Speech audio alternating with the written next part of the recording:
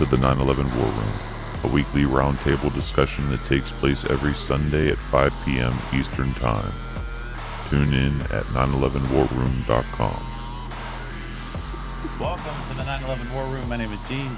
My name is Sandra. Today's Sunday, January 25th, and we've got episode 219. Yes. A little bit going on in the news today. Let's start off with corporate level news. 9/11 first responders healthcare secured through 2040 by New York lawmakers. It says here, months after President Trump axed legislation to fully fund the World Trade Center health program, New York Senators Chuck Schumer and Kristen Gillibrand and Congressperson Nicole Maliotakis, among other elected officials, secured money for 9/11 first responders through 2040, tracking their legislation into 2026, tacking their legislation onto the 2026 appropriations bill. Participants in the program will now be able to receive free health care through the next several years with the updated funding formula, according to a written statement. So that's promising for those all suffering there in New York from that. Next one, this is from the Chosun or Chosun. I don't know. That's pretty witty for a Chinese newspaper. It says here, 9/11 Iraq War oil shaped global conflicts, book argues. Here's the book, The Future of Oil Empires. Do a little reading here. It says the author is Choi Ji-woong, if I pronounced that right. The author, who works in the information analysis team at Korea National Oil Corporation, reinterprets 45 pivotal moments that shook the global order since World War I through the lens of oil. Events like oil shocks, Middle East wars, the 9/11 attacks, and the Iraq War, through seemingly clashes of ideology and security, are analyzed as outcomes of calculations by nations over resources and supply chains. The author states, quote, oil has rewritten the grammar of hegemony, and adds the next battleground will also begin with energy. The book reads like a politics of oil, mapping international political landscape through energy flows. In the beginning of that, started off talking about us going to Venezuela. If anybody thinks that was about fentanyl and drugs, Venezuela is the largest producer of oil in the Western Hemisphere. It makes you wonder. So that's pretty interesting. Hopefully the book's in English too, but if you're interested in that, check that out. Next news article, this is from the Florida Bulldog. This one's tough to follow for me. I don't get super into geopolitics. Maybe Josh had read this. I'm going to try to talk through this. It's like trying to talk through a ping pong or a pinball on a pinball machine. This is crazy how it goes through. The short and sweet of it is, more than 11.4 billion in cryptocurrency Bitcoin allegedly stolen from a China-Iran crypto mining operation, but now in U.S. hands, has touched off a race to the courthouse in New York by multiple law firms seeking to claim it for the 9/11 families and other victims of terrorism. So this, what's happening now in the federal courts in the eastern and southern districts? You got two courts now fighting to get this money. Sparked by a sprawling wire fraud and money laundering conspiracy indictment sealed October 14th and parallel forfeiture action. The indictment charged Chen Zi, a Cambodian national born in China, with running forced labor scam compounds across Cambodia. So now we're to Cambodia. Still wondering how this gets back to 9/11, but the Justice Department forfeiture complaint is the largest in history. It asked the court to allow the U.S. government to take ownership of approximately a whole lot of Bitcoin. And it's about the worth is about now $15 billion. Word of the huge crypto stash prompted a filing of a 70-page civil suit December 26th in the Eastern District of New York. And these victims' families are all the soldiers in that killed in the Iraqi wars and anything that had to do with, like, geez, oh man, cat went nuts. So they're trying to get the money for all of that. But then the 9/11 victims' family in New York said, whoa, hold up.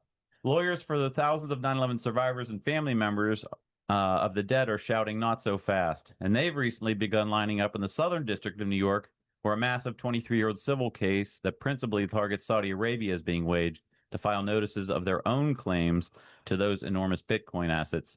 The other group just wants the money for themselves, and the 9/11 victims' families saying, no. This should go to everybody, not just a small subset of the 9/11 victim family members as it relates to the wars outside of 9/11. So yeah, Kristen Breitweiser got this and reported it on X, and I'm just sharing it with you. Loosely relates to 9/11, but it's good that hopefully monies will go to the 9/11 victims' family members. Next article or next item. Actually, that was it for corporate level. Last week, Susie Bonham-Craig was on. I don't know if she's on again. All right. She was. Is she back? I saw her come in. Anybody see Susie? I don't see Susie anymore. Oh. Anyway, Susie was part of the. Oh, cool. Hi, Susie. Oh, there she is. 9/11 experts speak out. Explosive evidence. She was part of the part of that filming, or the story management. Susie Bonham-Craig. Her father, if I got this right, is Richard Humenn. That's correct. All right. So I queued this up now that I got that. I got some clips I just want to share. This is interesting. He was the chief electrical design engineer for the World Trade Center. And I got one clip here. It's about a minute and a half, or the first one's a minute and 45 seconds, and the second one's a minute and a half. I just want you to hear what he had to say. Here we go. I am Richard Humenn. I am a retired professional electrical engineer. I went to Brooklyn Polytechnic Institute and received the Bachelor of Electrical Engineering degree in 1954. I worked for Joseph Loring for 41 years and was principal chief electrical engineer for the World Trade Center complex. I was trained in Fort Belvoir School to use demolition practices on bridges and other structures, and as well as roadways. On September 11th, I was watching live TV from my kitchen and saw the whole thing. I saw the repetition of the actual incidents. Thereafter, I was in a state of shock because it was unbelievable to me, knowing the strength of the structures, that a single incident of a plane impacting and fuel burning would be the reason for the towers to collapse. I just did not believe it. It was like a dream, a nightmare. That's the first clip. Second clip. This is really interesting, and I'm going to show you a clip of when the Not A film, when they went into the lobby. Here we go. I recall seeing a public television show, PBS show, where the firemen were in the lobby of, I forget whether it was Tower 1 or Tower 2, but the plane had already hit. And what I noticed was the lights were still on in the lobby.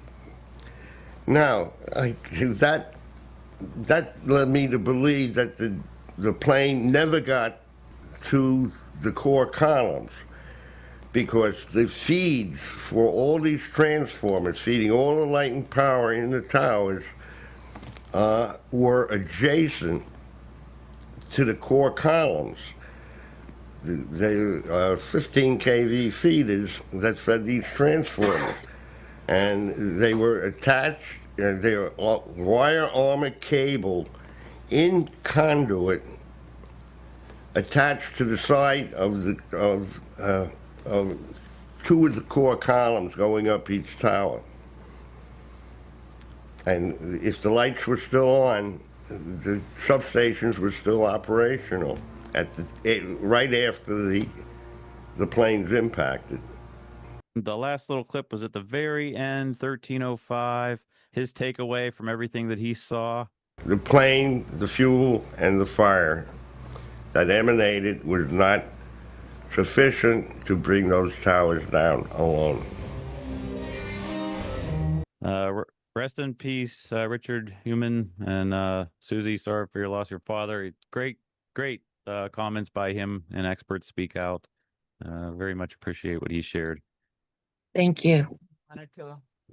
You wanted to give a shout out to Chuck also. Oh yeah, right there. Post-production also. Charles Ewing Smith was part of that. Rest in peace also to Charles Ewing Smith. But yeah, if you haven't seen 9/11 Experts Speak Out, that is one of the foundational documentaries, the 9/11 Truth Movement. Craig has an announcement. We're gonna hand that over to him here in a little bit.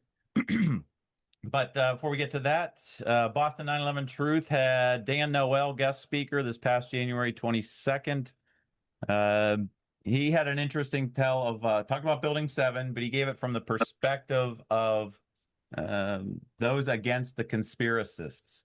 And it was interesting, very sarcastic in his delivery. I find that it's an interesting way to tell the story. Some people in the chat and in the question Q&A at the end didn't really get it because it's kind of, if you're not in that frame of mind, hearing it from that perspective, it gets you a little confused. But ultimately, it's pretty interesting. Well, I mean, the thing is, and sarcasm can work, and reverse psychology can work. We saw it when we had that little ad campaign of "Don't question Building 7," right? I think people can interpret that correctly. When you're listening to, I think you did like an hour and a half or 2 hours of everything basically being the exact opposite of what he's really trying to say, you have to do a lot of mental gymnastics to follow. And I'm not sure if on that kind of a spread of time, it makes a lot of sense to try to make your case, because you're just exhausted at the end. Like, you have to rethink everything. You're hearing all the words and you have to flip them over. Yep. So. Coming up on Boston 9/11 Truth, let's see. We have February 5th. If anything changed, let me know, Sue. February 5th, Sibel Edmonds. February 19th, Kevin Barrett. March 5th, Sander Hicks. April 2nd, Andrew Craig. And I think that's it for, unless you got something else added on there. Andrew Craig not being Andy and Craig, right? No. Okay. All right. I'm not related to either Andrew Craig or Martin McKee, just so you know. Okay. That's the lineup there, Sue. Yep, Any that's recent what we got. additions? Okay. No, that's what we got so far. 10-4. Thank you. So Craig had asked us last week if he could take a little moment to make an announcement for something upcoming. Yeah, and on that quick note, I just wanted to quickly introduce first-time attendees of the 9/11 War Room that are here to be at Craig's side. Sheila Casey, Paul Zarembka. Let me go through Cheryl, of course. Curtiss, right? And Barrie Zwicker, I would assume, is also here for that. Am I forgetting anyone here? I think that's about it, eh? All right. Well, Craig, go ahead. Floor is yours. All right. Well, thank you both, Sandra and Jean, for giving me the opportunity. I do have some slides because I thought it would be more concise and clear for me to present this using some PowerPoint slides. That takes a little bit of the pressure off of me, because that way I don't get nervous and wander off and forget important points. So I'm going to basically, I'll start before I go to the slides. I'm just going to mention that what I'm going to be telling you is that I, with a group of other people, are forming a new 9/11 group as of now, and this is something that's been in the back of my mind for many, many years. In fact, originally I had the idea of creating specifically a Pentagon evidence group. And I'm not really sure why that never came about, but it didn't. And now I guess I feel that the timing is appropriate for it now. So I'm going to share my screen. While he does that, I also want to just something, because I know people have their own opinions. And I had mentioned that there were certain things that we don't want to talk about in the war room that I put in a red category. And that's just my opinion. Again, on that, the things that I'd rather not talk about, I'm not saying that people shouldn't go there. You go ahead and do it. I just don't want to talk about it. If you like CGI or holograms or holographs or direct energy weapons, go for it. I think we can all agree that fire didn't cause the buildings to collapse. Then there's the yellow category items, which I believe the Pentagon is yellow. I know there's people that believe strongly that a plane did hit it. Craig goes with the perspective that a 757 didn't hit it. I'm just opening to listening both sides. I realize some people are just vehemently against either one, and there's a lot of infighting the 9/11 Truth Movement, but to me, it's a yellow category, and I'm open to hearing about it on either side.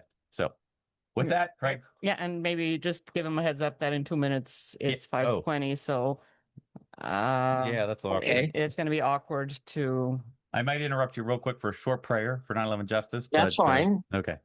Well, your comments are interesting and actually appropriate in a sense, because you've articulated some of the things that this group was created to address. The idea that it should go into a yellow area. Hopefully, I hadn't thought of it being worded quite that way, but I hope I will address that, because I feel it should not be in a separate category. But that's the point of the group. Yep. And I know you're about to cut. I don't want to sort of be halfway through a sentence and right. You're just about there. Yeah. Let me just do a little. I'll just do it. Let me make an explanation for those that don't understand what this whole little 520 prayer is. Yeah. Some people are hearing it for the first time. Yeah. I'm a Christian. This isn't like a 5-minute prayer. It's literally like a 15-20-second prayer. The idea was that at 5:20, when World Trade Center 7 fell, we would get a global in unison, everybody set their alarm, and if you have a couple seconds, just a good vibe, whatever persuasion of faith you were in, just a thought for 9/11 justice, to see it come through. So again, I'm a Christian. I don't make an apology for that. It is what it is. And I'm not going to thump on you, but it's just a quick prayer. And there it is, 5:20. So with that, let's just take a second. So take a moment with me. Lord, to just come to you right now. I thank you for all of these many people, wherever they are in the world, whatever they believe, that again, we all just want justice. We've been doing this for far too long, not long enough, evidently. We just ask that you would give us the wisdom, the strength, the perseverance to continue in what we're doing, and to speak kindly to each other. In your name I pray. Amen. Amen. Thank you, everybody. All right, Craig, go ahead. All right.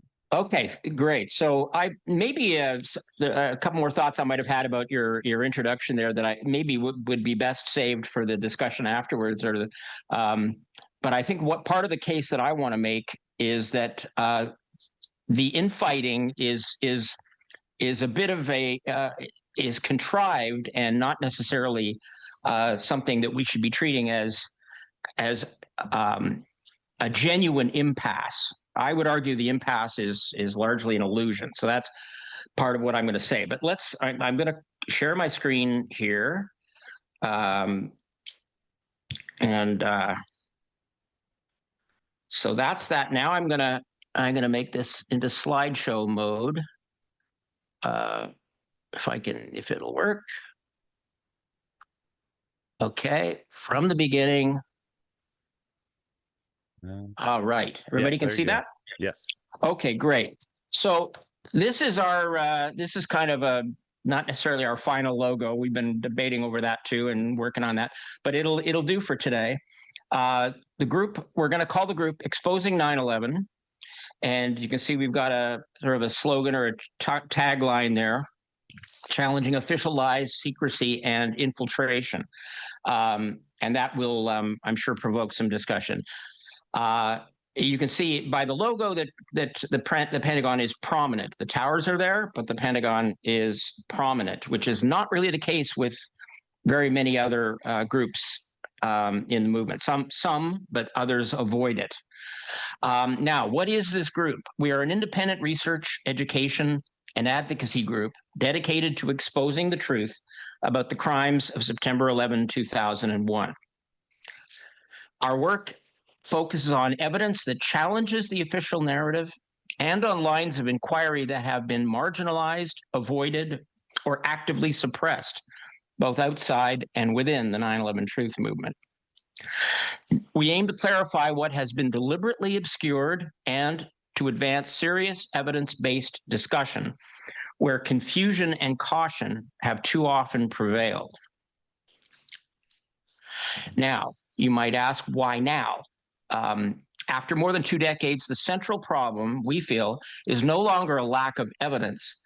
It's the fragmentation of inquiry, the avoidance of decisive questions, and the strategic retreat from conclusions that follow logically from the record and from the evidence. So we will address that failure, not by narrowing inquiry. And it's funny that, Jean, what you mentioned in your introduction, because I would actually echo that. We don't tell anybody not to look into anything or to follow any line of research that they feel is of interest or importance to them. We, like you, we may feel that we don't want to pursue certain areas because largely for strategic reasons, like why when we've essentially made our case very effectively on the World Trade Center, why debate for years more on the mechanisms? So I think that's kind of what you're saying. So so we won't refuse to look at evidence that may be uncomfortable for some. Now, who are we? There's no need for fanfare or anything. That's just me. But so that's a little bit of my background. Probably some of you already encountered me, so you know who I am. I left off like hockey fan and man about town and all those other descriptions. I'll just stick with this. But I have a very I think impressive and credible team with me. And here are some of them. And Barrie Zwicker, who's with us on the call, journalist, media critic, author of the very important book, which I own. In fact, I think I have ended up with 2 copies of it for some reason. Towers of Deception, the Media Cover-Up of 9/11, a critical book, very important book. Andy Steele, the former executive director of Architects and Engineers for 9/11 Truth and the longtime host of 9/11 Freefall. Dan Hennen, the chairman of the Truth Action Project, which shows that there can be cross-pollination from group to group. We can work together. We don't have to be in separate camps. And so I'm delighted to have Dan as part of the group. Adam Ruff, who you may have seen, he's been a longtime collaborator of mine. We've debated together on the Pentagon, and we interviewed him on 9/11 Freefall last summer. Andy Steele and I. Paul, and he co-founded We Are Change Los Angeles. Paul Zarembka, who's a research professor of economics, and he edited another terrific book, The Hidden History of 9/11, which if you haven't seen, you should try and get. Also, Sheila Casey, an independent journalist, former writer for the Rock Creek Free Press, member of DC 9/11 Truth, and Sheila was she was pretty much the first person that really called into question the issue of infiltration in the movement back in the late 2000s. Cheryl Curtiss, who's with us, founder of Connecticut 9/11 Truth. She had her own radio show at the University of Hartford on 9/11 for 13 years, and she joins me as co-facilitator on the 9/11 and Other Deep State Crimes teleconference. And also John Schuler, who's a civil engineer and a volunteer for AE 9/11 Truth. And he was outreach leader and lead presenter for AE's Project Due Diligence, which was created by Roland Angle. So our focus is on using the strongest evidence we have to expose the lies of 9/11 to the world. And I will explain why I phrase it that way. We don't support the idea that we should pick one strong area of evidence like Building 7 and set aside the rest. That does not mean we don't put forward Building 7. It means we don't drop everything else. We think the more thoroughly we can prove the story to be false, the more likely the public is to reject it. And I want to specifically address the issue of approaching new people, because this is a big thing that people have on their mind. They say, well, if you throw too many different things, and if people will not get on board. So we have no problem with introducing people with something like Building 7. In fact, I got hooked on 9/11 Truth because of Building 7, because a friend of mine told me about Building 7, and I had never heard of it before. In 2007, I had never heard of it, and my initial reaction was, "There's no way that's possible," because the media would have told us. So, oh my God, I've learned a lot since then, I hope. The idea is that we can use something like Building 7 to introduce the topic, but we must not stop there, because if other people are like me, once they're introduced to a gaping hole in the official story, They want to know more. They want to understand, well, is the whole thing a lie? I mean, is it just one thing? Because if you put all your eggs in one basket, if somebody's not completely convinced by that one thing, they may just drift off and not follow up. So they need to know there's more to it than just one thing. We must give them, and I would refer to David Ray Griffin's approach in many books. If you read his books, he doesn't pick one thing and hammer it. He dissects the official story point by point. So by the time you finish reading that, you think, well, there's nothing left here that can stand up at all. So we must not dilute the case we make to the world or disqualify critical evidence in the name of false unity. And I know this can be a contentious topic too, but notice I'm saying false unity. Nothing wrong with real unity, but we can't shelve a bunch of important evidence just because there appears to be some contention surrounding it. Real unity is built on truth and can best be achieved by focusing us on what is false in the official story. In fact, we can not only not have disunity, we can increase unity in the movement with that focus. Where we often get disunity is when we're talking about competing theories. The directed energy weapons people and the thermite people are at odds, and the missile at the Pentagon versus the flyover. We're all we all want to defend our own theories, but if we can unite on what did not happen and what was false and deceptive, then I think we have a chance to have some genuine unity.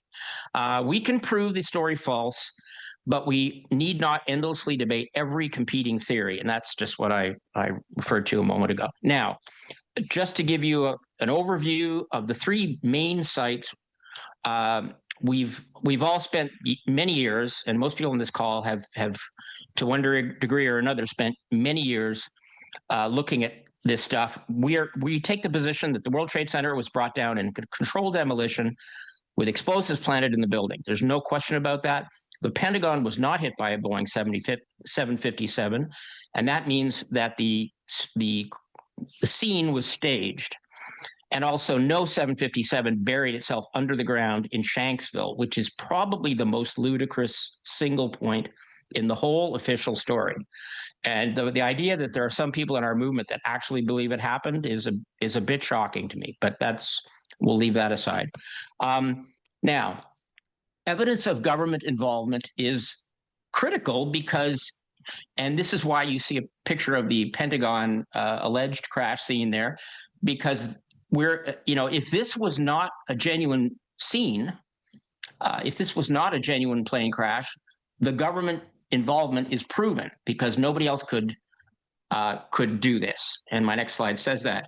Nobody could have staged a crime scene here other than the government. So that's why it must not be set aside. Now, we are opposed to any organized effort within the movement to prop up element after element of the official story, primarily concerning the Pentagon. People can have whatever opinion they want. There's no interest in gatekeeping anybody's opinion. But when people focus their attention for years on talking about what they think is true in the official story and not really talking about what isn't true concerning the Pentagon, we feel that's a problem. Now, we will address, false claims need to be called out, and things to do with evidence, witness statements, and the positions of other truthers. If necessary, we will call this out, but it will be based on facts, not on personalities. We're not interested in personal issues.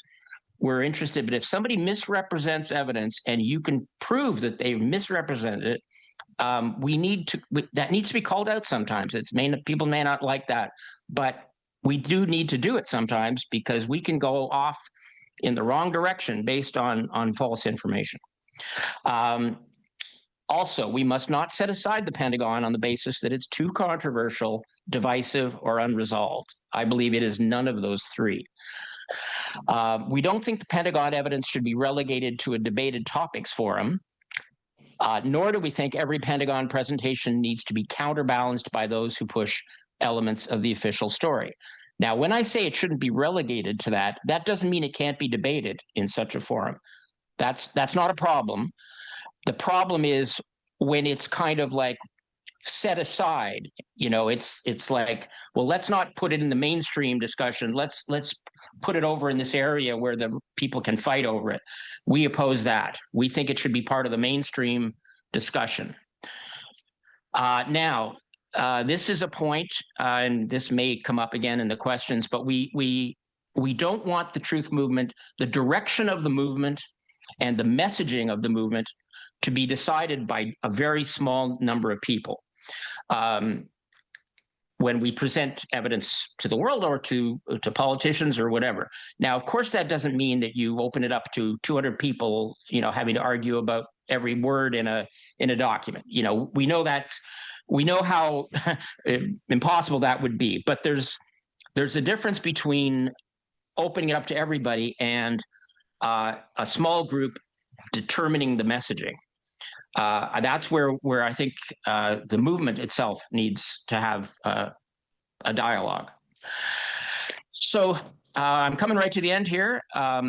Truth doesn't advance on its own. It requires the courage to confront uncomfortable facts, to challenge narratives that no longer hold, and to resist pressures, external and internal, to look away. We invite others who share that commitment to engage with the evidence openly, rigorously, and without fear. And I leave you with that last statement. Truth requires courage. I think after 25 years, maybe some of you can relate to the idea that being cautious and timid, has a real cost. And we can't allow our evidence to be diluted or weakened just to sort of just to address what seems to be some internal contention in the movement. So I will stop it there. And thank you for listening. And I'm quite happy to take any questions anybody would like to. First, I want to say thank you, Craig. You kept it succinct. We asked that. Did a great job with that. Nice put together you did there on that. Congratulations to everybody here that's part of the founding of that organization. We'll look forward to some interesting perspectives from that. And we will go to questions. Lou, go ahead. Oh, what? You have something too? Sorry. Yeah, sorry. That's okay. You can go to Lou. No, go ahead. I mean, I really just wanted to echo what Gina said. First of all, congratulations on putting this group together. As I told you privately, I think this is a great thing. Every organization has its focus and its strengths and particular ways of going about it. And this is yours. And the Pentagon has been kind of like dealt with like a hot potato for a very long time by many people. And I'm very glad that you guys are doing this. I'm glad that you're surrounded by people who also have been doing this for a long time and know what they're doing and where they stand. I'd be curious about what it's going to look like eventually. Like, are you going to, have papers, have presentations? Are you going to invite people? And just one particular example, for example, Gene was talking to Ken Jenkins just a few days ago about something completely different. And I guess they got on the subject of the Pentagon, and he sent this list, I think it's of 118 witnesses or something. 80? Okay. 80 witnesses. No, 100. 180, okay. And I haven't had a chance to look at it. I'd be super curious because where I stand, right? I'd love to know what to do with those 180 and if they're legit, if you guys looked into them, and so it just, everything about it just allows us to actually have a legit discussion about things and iron out the things that are not that clear or where people have strong counter arguments. And Right. Well, if I can address that, I don't know. I've heard that 180 figure before. I'd be surprised if he has got a list of 180 names. I'd be very surprised at that. Yeah, he sounded bring it. I'll put it in the chat right now. It's saying too many requests, but Yeah. So I would just say this. David Ray Griffin he looked at a similar list or list of a similar size. It may not have had the same origins. I'm not sure. And he went through, or he referred to research that had been done going through all that. And he eliminated, people that worked for the Pentagon, people that are defense contractors, people that weren't even in the city or were inside the building at the time. There were actually people that were have been listed, including what's his name? Is it Evie? Evie, the guy that was in charge of the renovation project. My mind's going blank on his first name, but anyway, he was listed as one of the witnesses, and he wasn't even in Washington that day. So, and also there are, if you look at a lot of witnesses, their statements are all over the place. Some people, one guy thinks the plane cartwheeled. There are people that say that they saw it hit a foot high retaining wall on the grass. Which, think about that at 500 miles an hour, how you hit something a foot tall. I'm not even asking you to address it right here at all, but I was just saying that it would be like the kind of discussion that would be interesting to have, because I'd love to hear all those arguments, and you are providing a space now where I think that those things can be ironed out, where we can, expose things for what they are, and that was just one example. So I kind of want to keep things rolling along too, because we got a lot of other stuff to get to. But thank you for that. Let's go to Lou. We can't hear you, Lou. No. You're muted, Lou. He's not muted. Here we go. There we go. Give me time. I'm an old man. Hey, come on, Abe. I caught the end of Craig's presentation, and I think he's right on. And I saw Mike Zarzano also giving thumbs up. He's right on. You should have given him 20 minutes, the Magnus, who complained about the time limit. And I find that to be characteristic of a lot of groups, where the speaker is feeling their oats, and so to speak, and just go on and on. And that's why I'm Lou, a talkaholic. Lou, get to my point. I hear you, Sandra. I got 2 minutes, don't I? No, Did you I don't just have hear 90 seconds there? What's the deal? I just wanted to set the record straight. Craig was given 15 to 20 minutes. It was a misunderstanding from the person who made the comment, and it was not Magnus who made the comment. So just those two things. Sorry. All right. Well, somebody made a comment that was critical of his presentation. Yes, near the end of his presentation. And again, Craig's presentation is right on. Good. And then just one more thing inside, in addition to that, plaudit. 15 seconds is all I need. We're football fans, right? So did you notice an Airbnb football ad today that used John Lennon's Sunshine? It's a John Lennon song to advertise Airbnb when they're selling timeshare time in the occupied West Bank of the Palestinian territory. Yeah. So thank you for listening to me. Over and out. Thank you, Lou. Thanks, Lou. Appreciate it. Terry. Yeah. Hopefully you hear me. Yes, sir. Some yes. audio issues there. Yeah, Craig. On the first of all, congratulations. You're sticking to your guns. That it's the issue that you're choosing, and I do admire that, the tenacity of it. I do see it as a sort of internal debate, like externally, within the movement. I think people outside the movement sort of like, right, okay, there's something wrong at the Pentagon. There's something wrong. Something hit it. Something went off, and that's kind of as far as they probably will go. But it has been a contentious issue in the movement. The thing that you mentioned, there's a couple of things. First of all, that's the fact that it's attacking a military place, so that lets you go to war. I don't think that holds water. In other words, if just the towers had been attacked, America wouldn't have just went, it wasn't a military target, so we're not going to go and invade Afghanistan and Iraq and the Middle East. I don't think that's your strongest argument. I don't think you put it out there as your strongest argument. But what you're saying is that the government must have set that scene. If that scene was going to be set up, only the government could do it. And they could do it in a way that they couldn't do at the towers and at Building 7 because we're looking at a different place. Now, given that they can do that they would have to put that much thought into it and that much planning into it, do you think that they wouldn't plan for somebody like you coming along years later and saying, okay, I can pick this story to bits? Wouldn't they, if they've planned it that well and they've got that much opportunity, don't you think that they could sit there on a load of video evidence, for example, and then come out with whatever video evidence that they want? If they want to come out with a video of a jammed donut hitting the Pentagon, they could do that.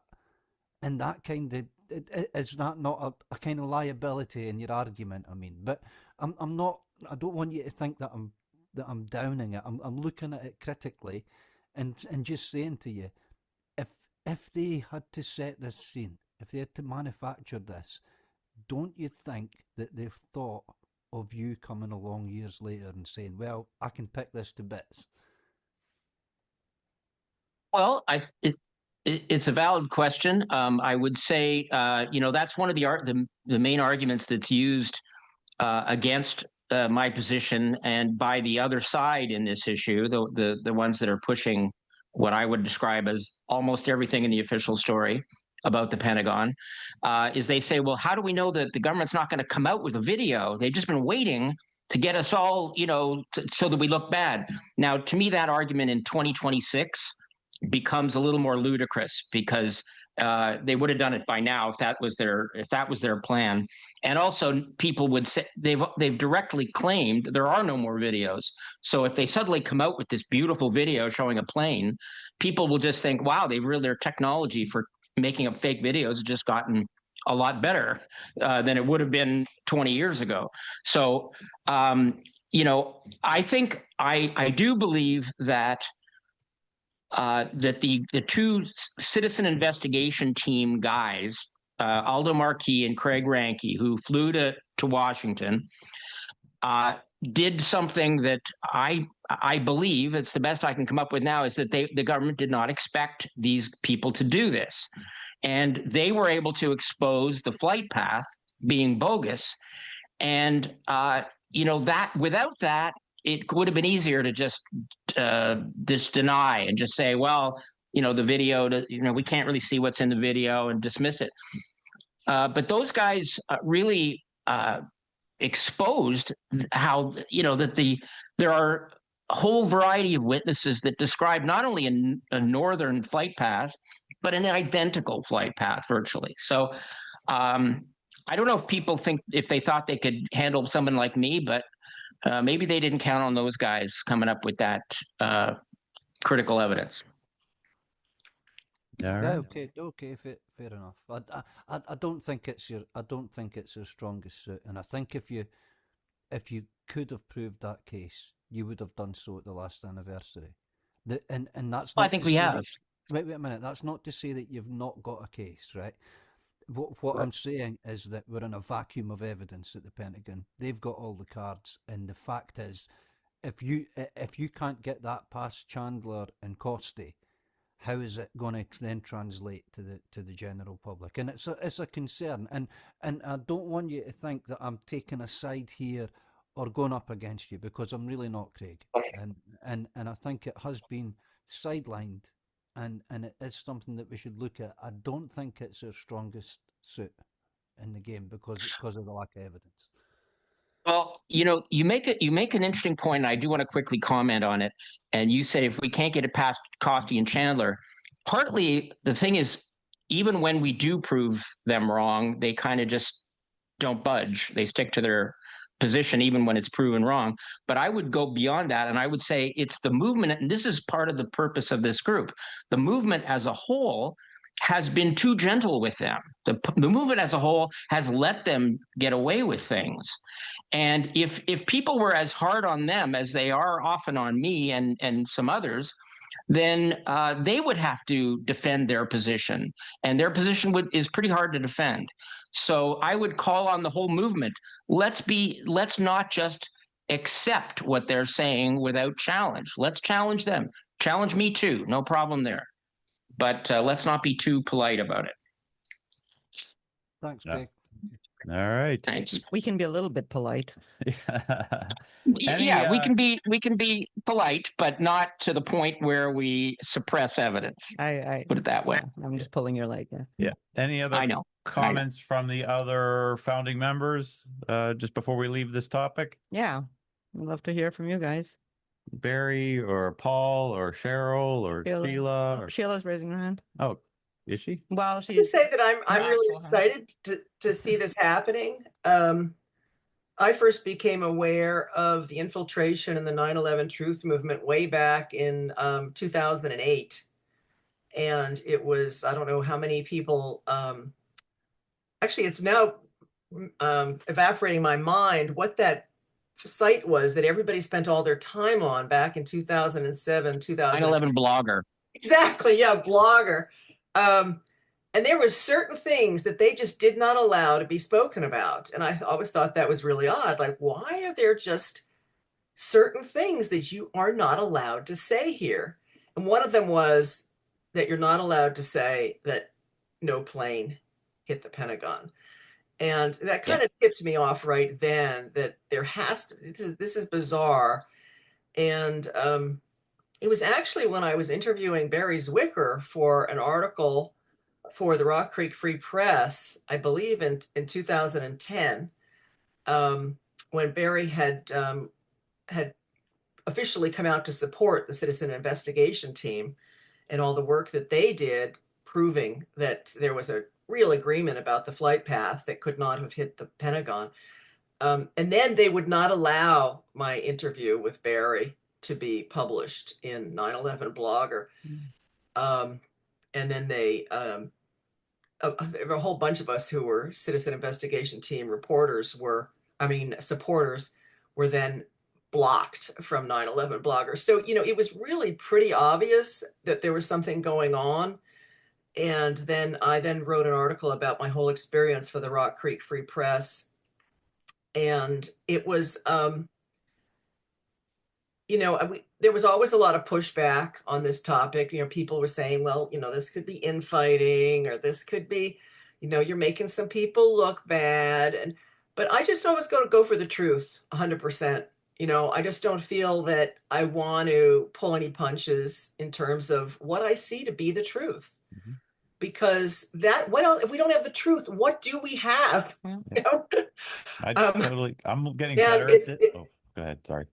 So I'm just really glad to see, Craig has been out there slugging it out on this topic for a long time now. I think since maybe 2010, and there's really nobody who's better qualified to lead a group like this, and to make sure that really critical evidence doesn't get sidelined, because it is really only the Pentagon that decisively could hold certain people responsible, because in the military they have a strict chain of command, and nothing gets done there on the Pentagon property unless it has been approved from the higher ups. So if there ever was a genuine investigation, which I don't hold out any hope for anymore, but if there ever was, and they actually could go up the chain of command, they would probably go maybe to Rumsfeld or Cheney and find out exactly where it came from, which I don't believe that would happen in New York or Pennsylvania.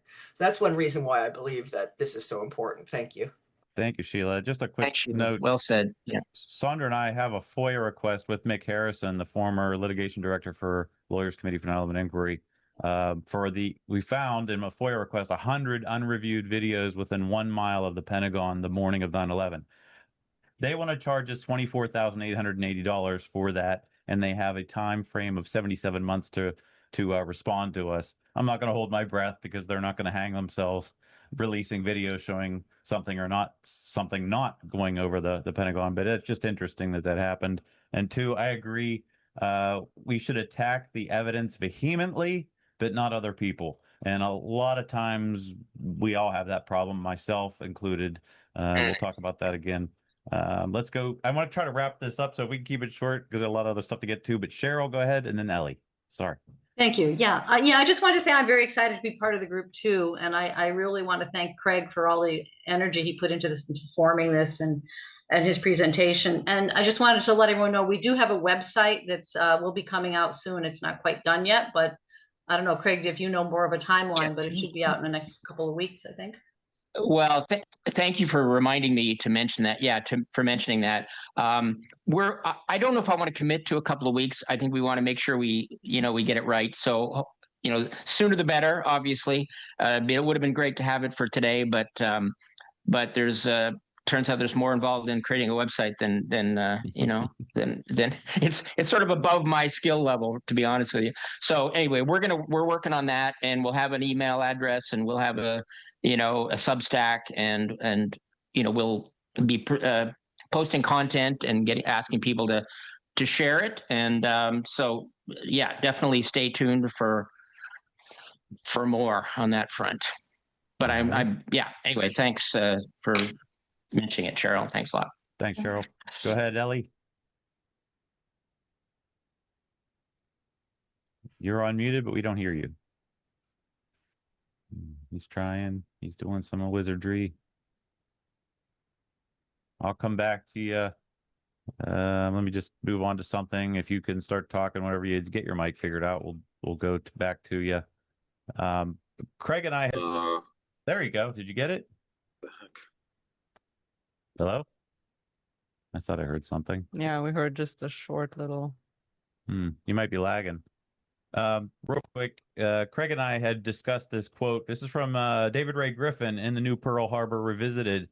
And Craig said to me, hey, you need to look at the quote after the quote you shared. The quote I shared was, the case against the official story of the Pentagon attack is therefore now about as strong as against the official accounts of Flight 11-175 in the World Trade Center, which is very strong indeed. Craig says, you need to read the next line.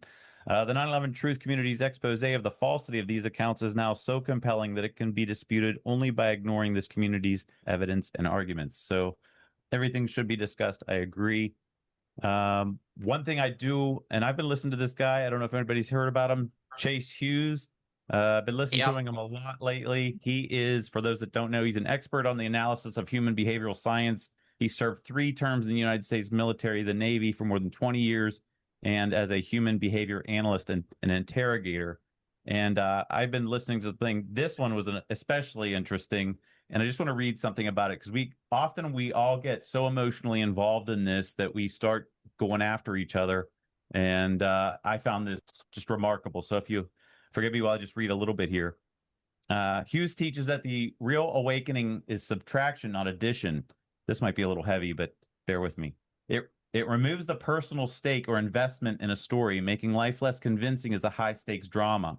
Suffering and resistance persists only when we identify with the narrative, belief plus emotional attachment. So when we, I feel strongly about Building 7, but if I go into it that I have a stake in it and that my identity is in it, and then somebody says something against it and I get all emotional about it, that's no good.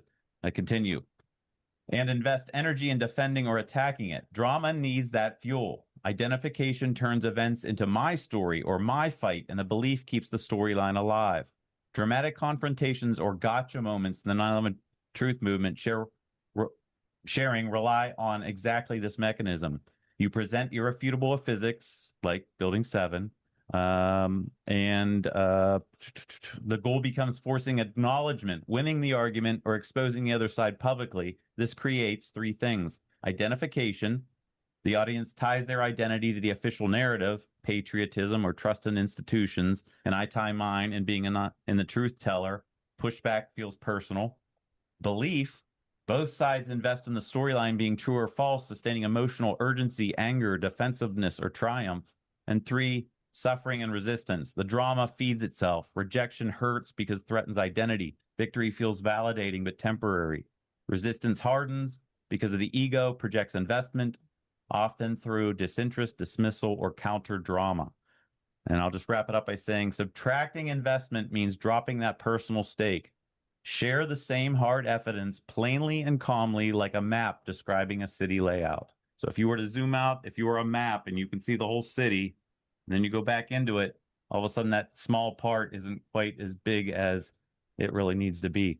So hopefully some of that resonated with you if you understood what I was trying to get at. But we really shouldn't make our identity in these things. We're just really all trying to fight for justice. So Right. I'd like to add a comment to that, if you don't mind. Sure. And then we'll go to Ellie. I mean, that's very interesting. And I agree that the emotional attachment that's not what I want to strive for. I'm not interested in the but I did note that you said that, we should attack, I think you said ideas and not people. I'm not sure if I'm quoting you. Evidence. Attack the evidence, but evidence and not people. Yep. Yeah. I would say, that's certainly, the ideal situation. We don't want to deal with personal criticism like, this guy's a jerk or this guy's, he's pushy or something. These are, not very important things. Right. But there are times when you have to criticize behavior of individuals when they are either misrepresenting evidence or engaging in, disingenuous spin or whatever. There are times when names are going to come up. Yes. And if you overdo the sort of, we can't, we don't want to be personal thing, right, then it's an invitation to bad behavior to flourish. So it's a fine line. I grant you, it's delicate, but sometimes you have to call people out for damaging behavior to the cause. I will wholly agree. And on one more other news story I got, I'm going to do that exact thing with Howard Lutnick. So we'll come back to that. Thank you, Craig. I totally agree. Very good. Ellie, go ahead. You can hear me now? Yes, sir.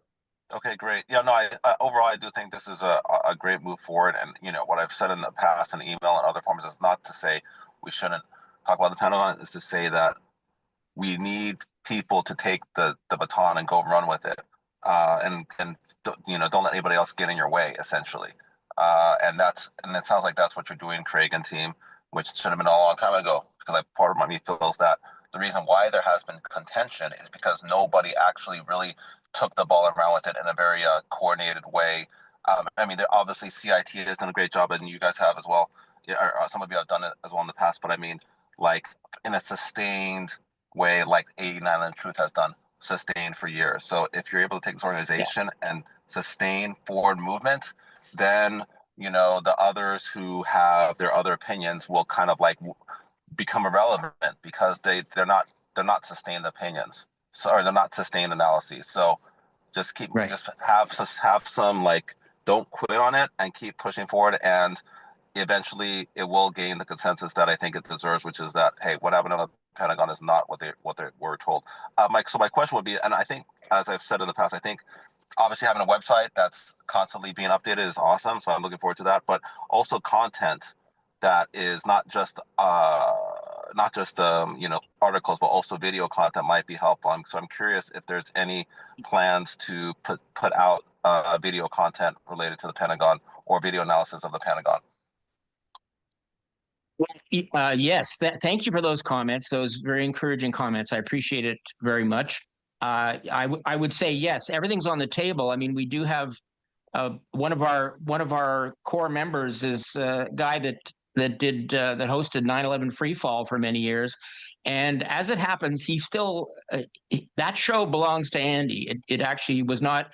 It was always Andy's show, but it was done on behalf of the organization. So maybe I can coax him into reviving that again. But definitely yes, we've got to find a way. I mean, some of the best evidence, including what I presented at the Washington conference, comes in the form of witness statements, which we have video on. Thanks to CIT and their willingness to fly across the country and do those interviews right on the site. We have that, and that's those are, since we talked about witnesses earlier, those ones are the ones where you can really watch and you can assess, does this person know what they're saying? Are they credible? So yes, but definitely some sort of video content would be a must, I would think. Thank you for the suggestion. And one last quick thing before we can move on is like I didn't mention previously what Paul Cayley, the firefighter, was able to do with calling out Bravo 7. In that, most of Bravo 7 is essentially just going over evidence we were already aware of. But the way he put it together and his background allowed it to become like a viral in the 9/11 truth community. And I think you have the potential to do that as well with the Pentagon. We put a comprehensive sort of documentary together on all the things that people didn't realize happened at the Pentagon. So hopefully you're able to figure out how to do that. Yes, thank you very much. Yeah, that's a good, very good idea. Thank you, Ellie. Good, Sheila. Yeah, I wanted to address the idea of not calling out specific people. You know, that one of the roles of a journalist is to analyze evidence and to present it to others in a way that makes sense to them. So giving an analogy, when I lived in Colorado, Coors beer was doing a lot of releasing of toxins into the water supply that was actually causing clusters of cancer. And I would imagine, you could imagine, see a journalist reporting every single time another cancer case had been reported, and that's discovered in this same cluster, and reporting each as an individual incident. But it's the job of the journalist to look at the whole collection and say, this all feeds back to one bad actor, and that is Coors beer. They are the ones who are releasing the poison, and they are the ones who are causing all of this cluster of cancer cases.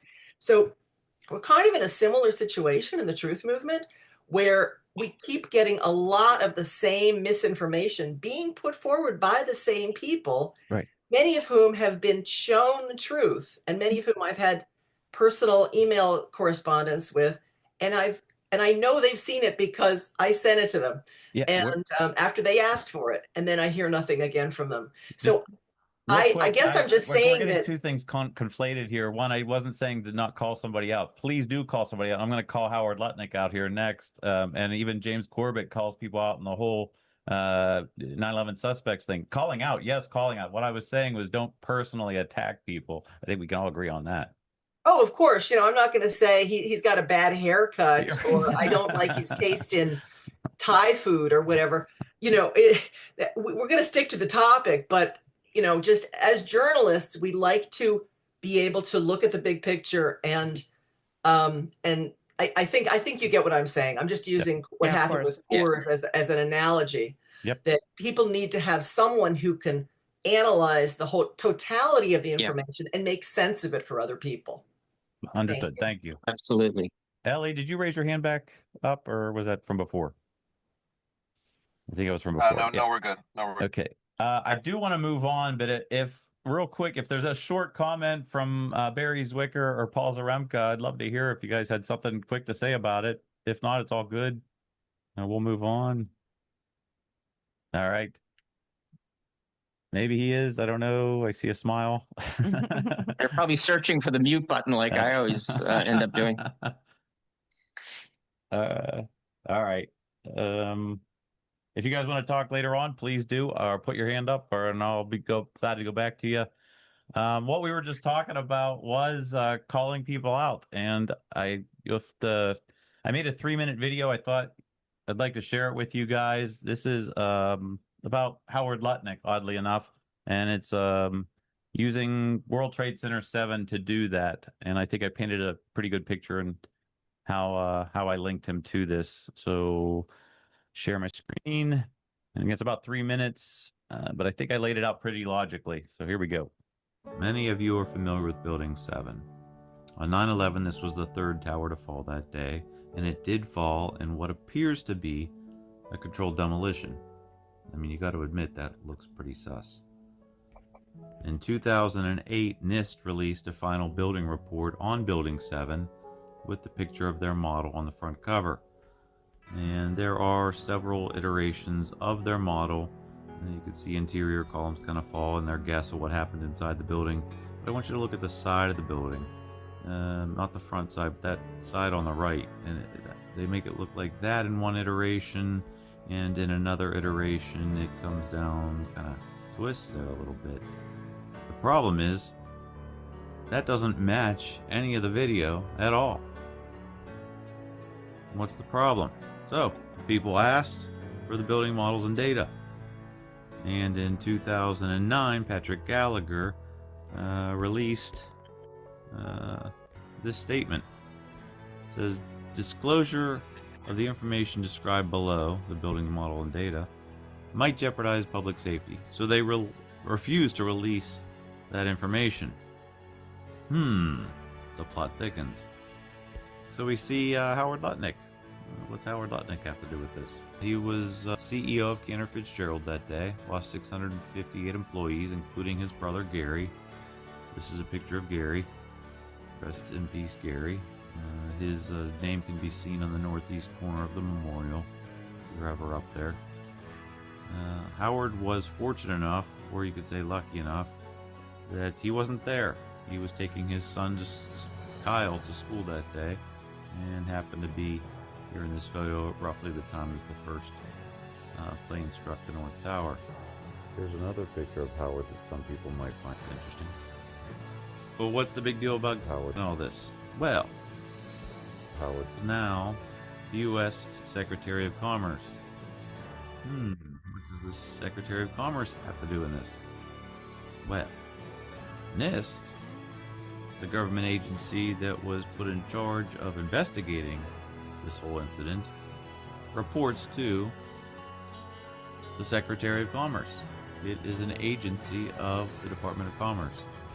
So Howard Lutnick, who lost his brother and 658 people that day, stands in position to demand that these files be released so that we can investigate and see why this building doesn't match, the model doesn't match the videos of what happened that day. Howard Lutnick is part of the cover-up. And I think we should start putting pressure on Howard. Don't you? Of silence. I think we should definitely put some pressure on Howard Lutnick.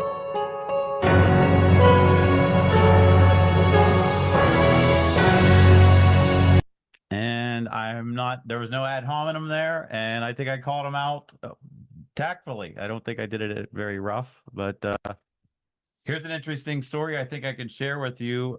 We have a buddy, McKee.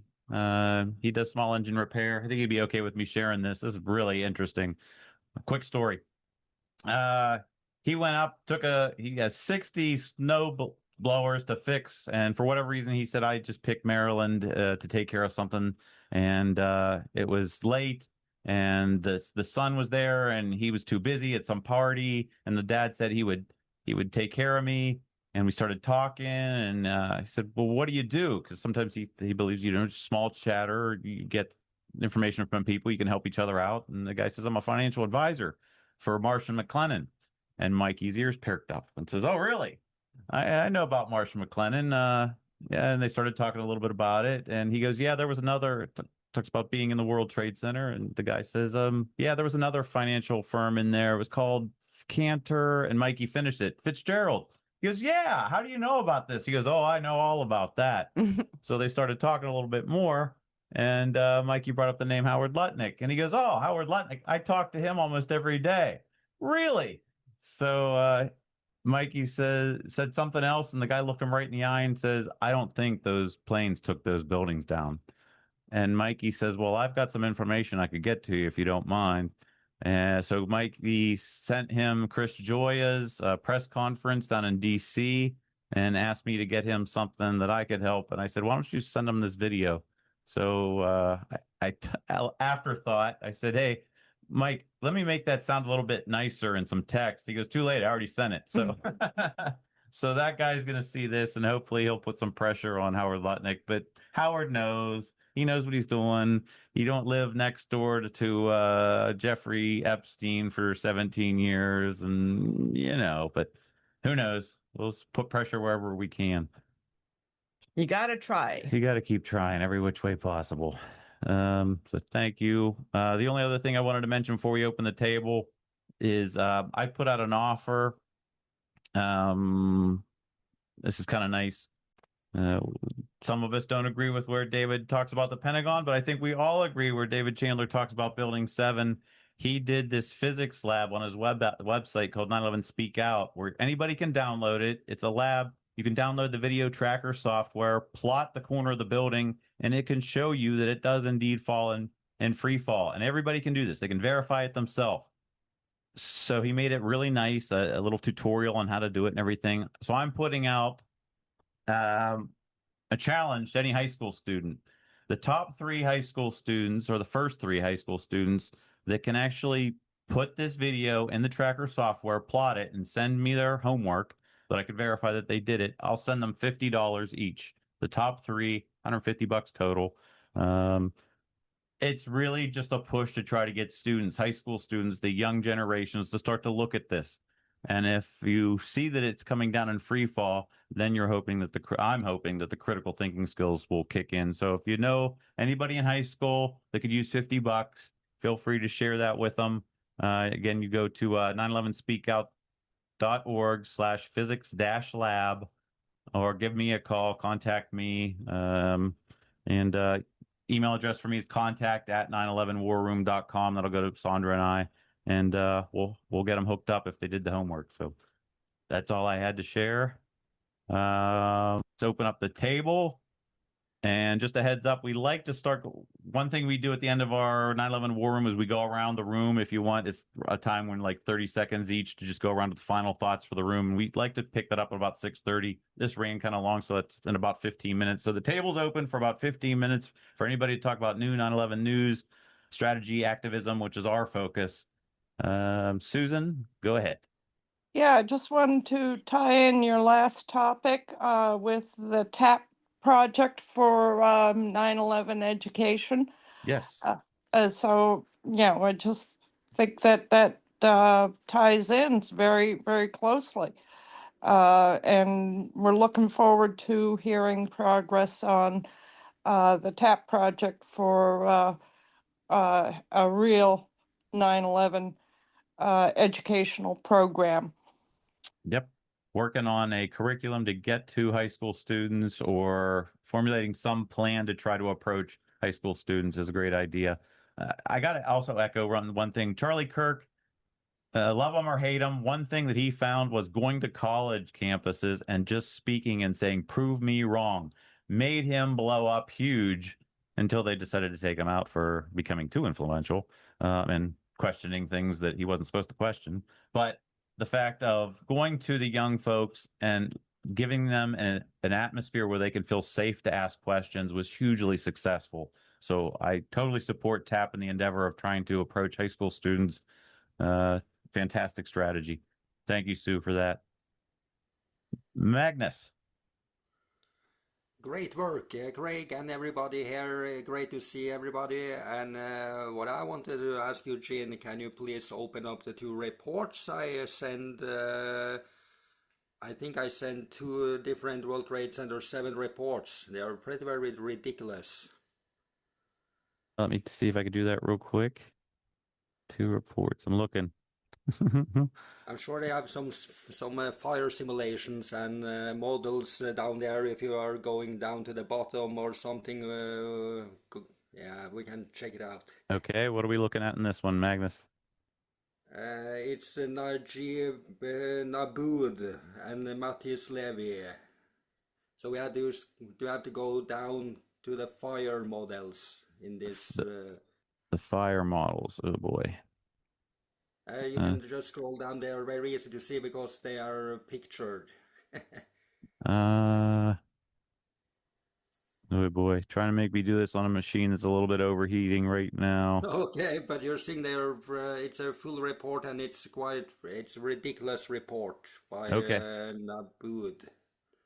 All right, we'll put that is in the chat if anybody want to look at that. Magnus has been digging on the engineer, Matthias Levy, I believe was his name. He seems to be covering the official story rather thoroughly.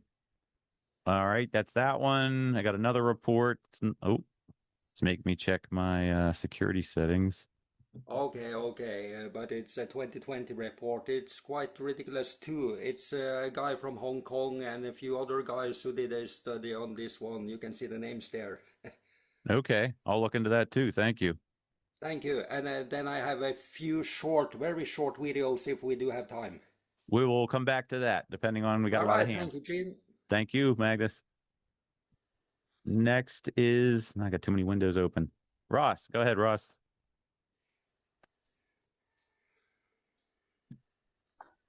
Okay, am I coming through? Yes, sir. Oh, good. Okay, so just three quick.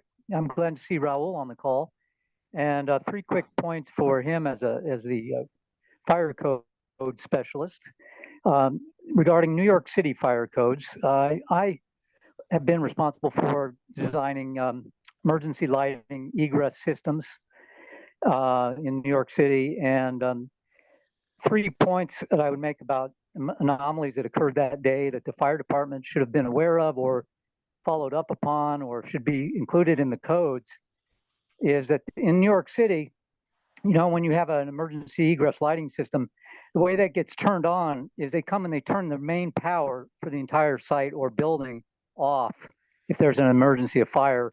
The fire department does that. I've seen it happen personally where they'll come and they cut the power right away at the main power feed breaker box. And that causes all the emergency egress lighting to go on because they're battery powered or inverter powered, battery inverter powered. That did not happen on the day of 9/11 because you see all the videos that they have where they show basically it looks like life is as usual below the impact zones, 10 floors below the impact zones. All the office lighting is on and people are kind of even walking around there like they're calmly, probably in shock, but they're basically the light below the impact zones was normal and the power was not turned off. So I'm wondering, and in the lobby, of course, the power was full blown going on. So I'm wondering why the power wasn't immediately cut to the buildings. The other point is in terms of egress out the roof,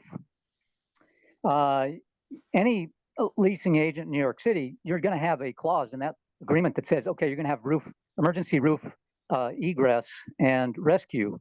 You're not going to be 110 floors in the air and say, okay, everybody goes down the fire escape around the fire, 110 floors to get out the building.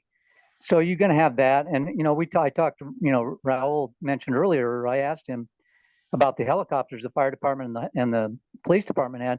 And of course, he correctly said, you know, they don't have those kind of helicopters that can do that kind of rescue. But who does right there, 10 minutes away, is the Coast Guard.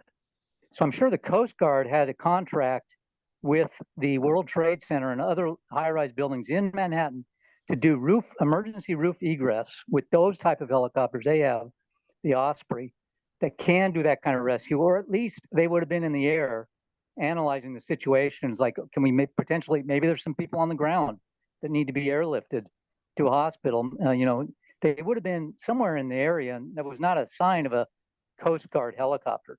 So I'm wondering why that's not included in say, a fire code. And I'm sure it's included in leasing agreements.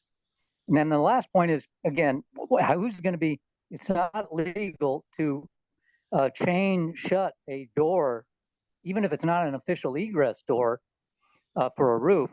Apparently we're chained shut. There was not a single person on the roof that we saw on either one of those buildings, which is very strange, I think. Not one, you know, that could be seen.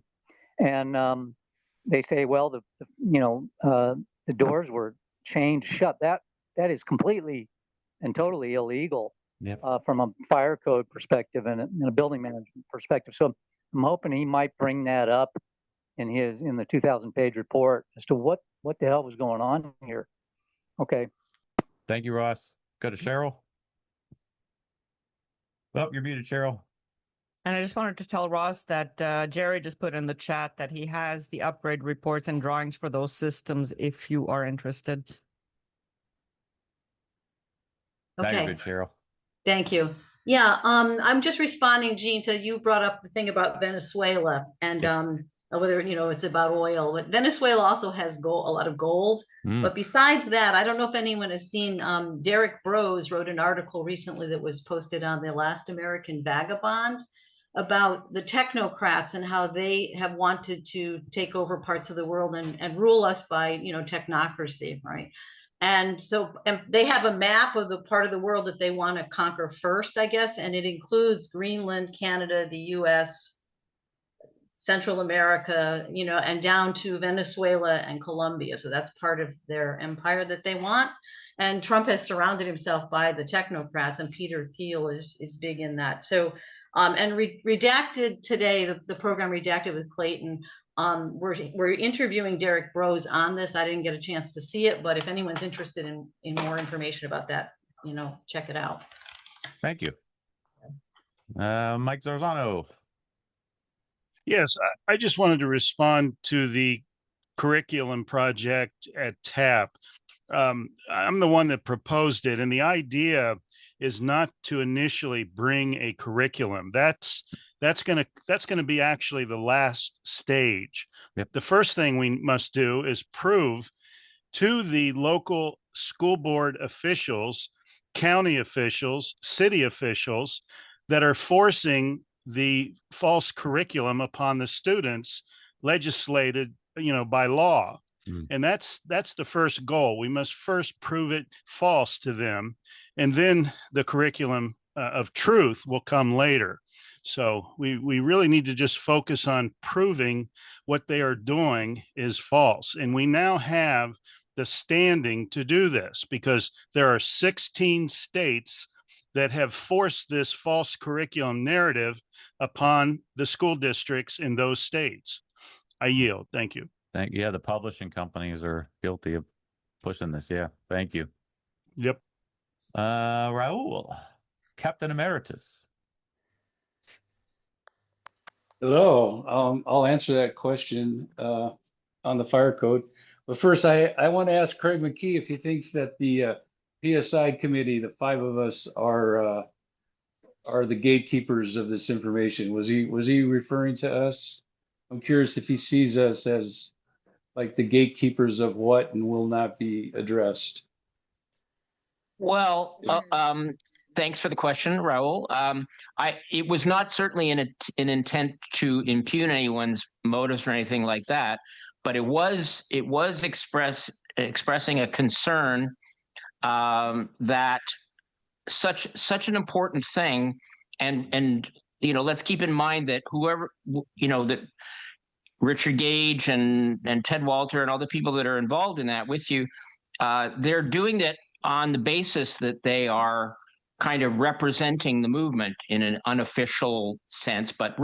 So that's why I think input from the movement needs to be heard and reflected to a degree. I understand you can't have, like I was saying earlier, you can't have 100 people involved in a thing, but as you remember, you and I spent a lot of time on the phone putting that Weldon document together at the end of the process, which many other people were involved in, including people that I normally collaborate with. So it was a very positive thing, and I wish we could keep some of that spirit for the next stage.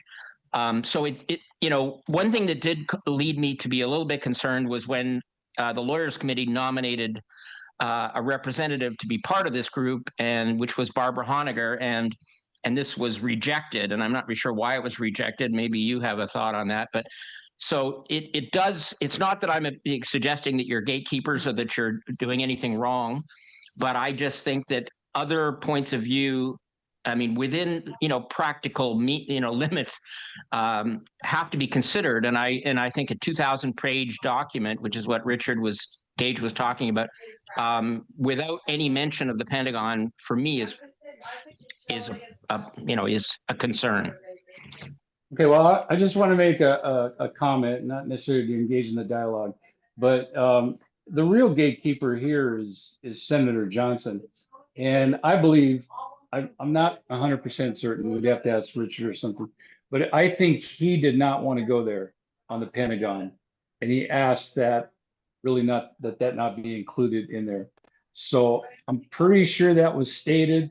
So that's one point. And then for me, I just want to say, as a consumer of all this information, even like David Chandler, I got a one-on-one presentation, but the reality is if it doesn't make sense to people, they're not going to buy it. I get what he was saying, but I can't see what he sees. And so I don't believe that it was a plane, not because I'm calling David a liar. I just don't see what he sees. And part of the reason, in my opinion, that they don't want to necessarily go to address the Pentagon is we just don't have as much video access. The videos are obviously the strongest convincers for people versus even written eyewitness testimony. If you could see something, that's going to be the clincher. And we just don't have very much info, and it's very difficult to get. And so that's really the biggest obstacle to me. It's not an agenda issue. It's just really an access to evidence issue. And so it's just a higher mountain to climb or a tougher nut to crack. So that's all I want to say on that. On the fire code issue, I'd like to address a couple of things. I haven't looked at the international fire code for a long time. I know New York has their own, but they're very similar. And I do not believe that the roof access is required in the fire code, because usually in high-rise buildings, which really are buildings like 8 stories or more, and if you look around in your neighborhoods, most of your buildings are going to be 6 stories or less. They don't go to a 7th floor, because if they do, then they fall under the high-rise code regulation, and then the owners and the builders, it just jacks up the price of construction and occupancy and all that. So if you drive in any town, you'll see a lot of 6 stories or less, but that's because they want to stay out of the high-rise code. But I don't think that they require roof access as an egress. Usually when people go out of any building, they go down, or they're going to go in the same way. They're going to go out the same way they came in. Now, you do have roof access, but many buildings, if you only have one stairwell, you'll have a roof access. You'll have a hatch. And usually those hatches have ladders, which means that is not an approved egress. Okay, that's a maintenance access point. And but then you'll have stairwells that have a door that go out onto the roof. So that could be an egress. But you're competing with the security of the building, people breaking in through the roof, A. And then B, you have so many machinery components, like first, antennas, and they can be a variety of such: television, microwaves. You have AC units, you got heating units, you got elevator equipment rooms, you got all vents, you have all kinds of stuff on the roof that helicopter rescue is not a normal way of doing things. If you look at any building that can accommodate a helicopter, they have helipads. They have this big, round, flat, unobstructed concrete pad that you'll see on certain buildings, but primarily on hospitals, because that's what's safe. To just expect that a helicopter could land on a roof, or that they're going to drop a cable, that's really not our primary means of rescuing people. It can be done, but that's not our first choice. That's why we don't rappel, from the roof and pick people out from the windows and rappel all the way down. We can do it, but that's an extreme rescue measure. It's been done. It's heroic. It's spectacular, but you can only rescue one person at a time. We're really going to go for ladders, but we really want to go for the stairwells. So the fact that it was chained, there's security issues, there's liability issues, people jumping off the roof, killing themselves, and they're competing with the safety issue. And I'm of the opinion, I'd have to double check for New York, but roof access is not considered a required exit for people. There's a lot of buildings that have 2 stairwells, and one of them will not have roof access. It's a dead end corridor. So I know that for a fact. They're all over Seattle. And so that's why, if it had to be a required exit, you would have exits on every stairwell, but they're not required to be exits. Usually the roof access is for, maintenance or other things like that, but not an emergency egress. So I hope that answers your question. Thank you. I've heard it. Yeah. So for those that don't know, that's Captain Raul Angulo. He wrote Engine Company Fireground Operations. Chapter 15, I believe it was on high-rise fires. Very knowledgeable man, 38 years in the fire department. So thank you, Raul. Go back to Craig and then Jerry, and we'll go around the room. Yeah, a quick reaction to what Raul said. First of all, I want to congratulate him on the publication of his most recent article and all the other ones he's done. And I've interviewed him on a couple of occasions at least about new articles that he's published. So congratulations on that. A couple of quick comments on points you made, Raul. First of all, just to reiterate, I wasn't calling your group gatekeepers. So just to be clear about that, you said that Johnson didn't want the Pentagon included. That raises for me a bit of a red flag when we're approaching the government to say we're questioning 9/11, and he's saying, well, the one part that directly connects the government he doesn't want to hear about. That concerns me a little bit, and I had not heard before that he had said that. So that's news to me. Well, I think it's because he wants irrefutable evidence, and we don't have it on the Pentagon, and nor will we get it. Well, I disagree on that. Time's an issue, but I don't want to get in. That would be a discussion you would have to have with Richard and Ted. But he wants irrefutable evidence, and we can't even agree whether it was a plane or a missile within the group. So to me, that doesn't sound irrefutable. I don't want to get caught up in this because really anybody that feels like they have rock solid evidence, I'm not asking everybody in the world. It'd be crazy. We have 200 people sending everything to Ron Johnson, but he is part of the permanent subcommittee on investigations. Anybody could email Ron. You go to his webpage, contact, and you can send him information. So I would use it sparingly. Okay. I was just not quite finished, but if I can just finish off I know you're trying to move on. I know that. I disagree that we don't have the evidence, and I don't think, there are many types of evidence. If you watch the presentations in Washington, I think there were several presentations. I mean, Barbara did hers, Xander Arena did his. Xander did a very good forensic examination of that, as far as I'm concerned, proves that there was no way that a plane hit those columns and didn't bent them, but without disturbing the concrete.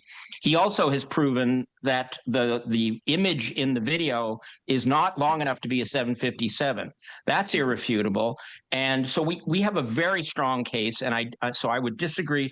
And the last thing I'll say, and I promise the last thing, is when you said about David Chandler, you didn't see what he saw, and you think common sense will kind of dictate, people will dismiss what they don't think is right. Here's the problem, and this is part of the reason I formed this new group, is that group, that position, the Chandler, Costi, etc. position, has convinced a lot of people in the movement, not necessarily that they're right, but has convinced people in the movement that it's a radioactive topic that we should stay away from, and that's where the damage has really taken place. They're not going to win the debate in the long run. That's for sure. But if they're successful in convincing enough of us to stay away from the Pentagon, then that's been neutralized. That evidence is neutralized, and that's what I'm against. Thank you. I'm going to try to get through the rest of these hands. We're going to go around the room. Jerry, go ahead. Yeah, I'd love to see on the Pentagon. I'd love to see structural drawings because then you would know, and that's a fact. It's a vacuum of information and data. But on building codes and the Twin Towers, the Port Authority wasn't subject to building codes. The Port Authority in New York and New Jersey. So they could ignore, and they deliberately did ignore building codes when they were putting this building together. The corridors weren't wide enough. There weren't enough of them, especially high up. But it's interesting what Ross was saying there brought to mind that the Port Authority owns a lot of buildings and sites, property, and they were talking about like JFK and other places, that they actually did institute a policy where they were going to bring all of their sites up to code. And part of that was the Twin Towers. The cost of just renovating the building to bring it up to code without getting rid of any asbestos as anything ran into billions. And there's plenty of evidence of that. If you're interested in that, Ross, I've got quite a lot of their exchanges in PDF form, their emails, where they're saying how much would it cost to bring the Twin Towers up to code. You're talking billions of dollars just to bring them up to code. And I think that was a pretty serious issue, and therefore a liability that they wanted to get off. But they weren't subject to building codes. That was kind of the problem, and they used that loophole as an advantage. And I think you have to bear that in mind. That's it. Mate, I love that. I love the Scottish brogue. Thank you, Jetty.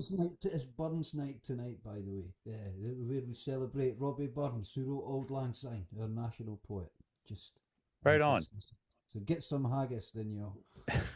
Thanks, Jerry. Ellie. Yeah, I just wanted to go back on one point that I mentioned a while ago in the email on that. Carl is on the call.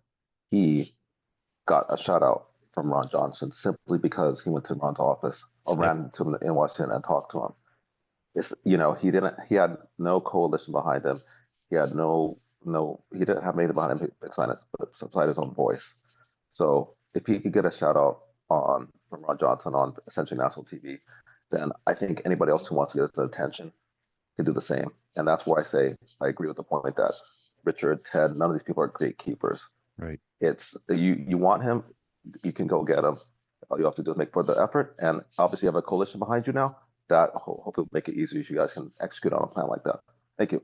Thank you. Yeah, Carl sat at the Hart office building out front the door. So if anybody has a lot of hours on their hand and just wants to hang out at the Hart Senate office building, there we go. Thanks, Ellie. Go to Mike. Oh, hey, yep, this will be my go around. Yeah, I was going to say, people probably know I'm very partial to Craig's opinion, the CIT opinion on the Pentagon. One thing I think we should think about it's strategy, and I kind of hate it because a half truth is paramount to a lie, right? But when it comes to an investigation, Ron Johnson said it's opening Pandora's box, and people don't even want to do that.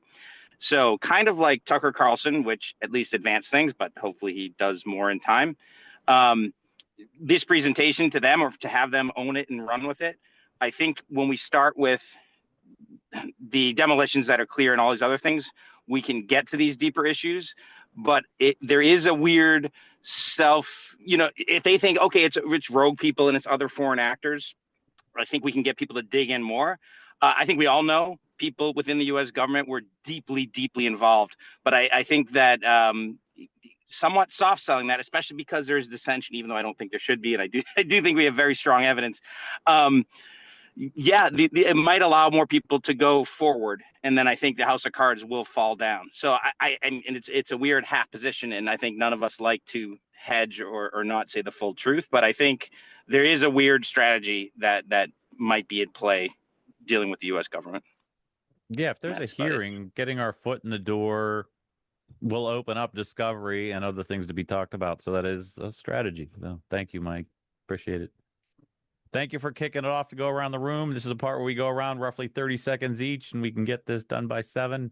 Brian, anything for the group? Nope. Cheryl, anything for the group? Thank you. Thank you, Cheryl. Barrie, anything for the group or a thumbs up? He's lagging a little bit. Whoop, where'd he go? Did he drop? Oh, there he is. There he goes. So in 30 seconds. Yes, sir. Malcolm Gladwell wrote a book, and he talked about one thin slice. And Craig has mentioned one thin slice. The picture on the Pentagon, the photo of the Pentagon, the hole there doesn't fit the profile of a 757. And that's why I decided about the Pentagon when I saw that picture. End of story. Thank you, Barrie. That was succinct. Appreciate it. Good to see you, sir. Jack, anything for the group? Yes. A couple of things. I think it's very important for us to speak to the public like we're a great father and just tell them what's going on and not argue about the details, because the powers that be are very good at making up myths. And for example, they're making up great myths for the aggression that Trump is doing right now. My friend has been telling me about how they're saying that if he isn't aggressive, Russia and China kind of come in and take over, and they're just waiting around the corner to get us. And there's a new movie that's coming out that's saying that too. And the other thing is that I studied PR, so that's a strategy that they do use. And at MIT, the same place that Netanyahu went. And the other thing is there's no proof that Howard Lutnick's brother really was killed. He could be living in Israel right now. Well, yeah, okay. Thanks for that speculation. Thanks, Jack. Let's go to Susie.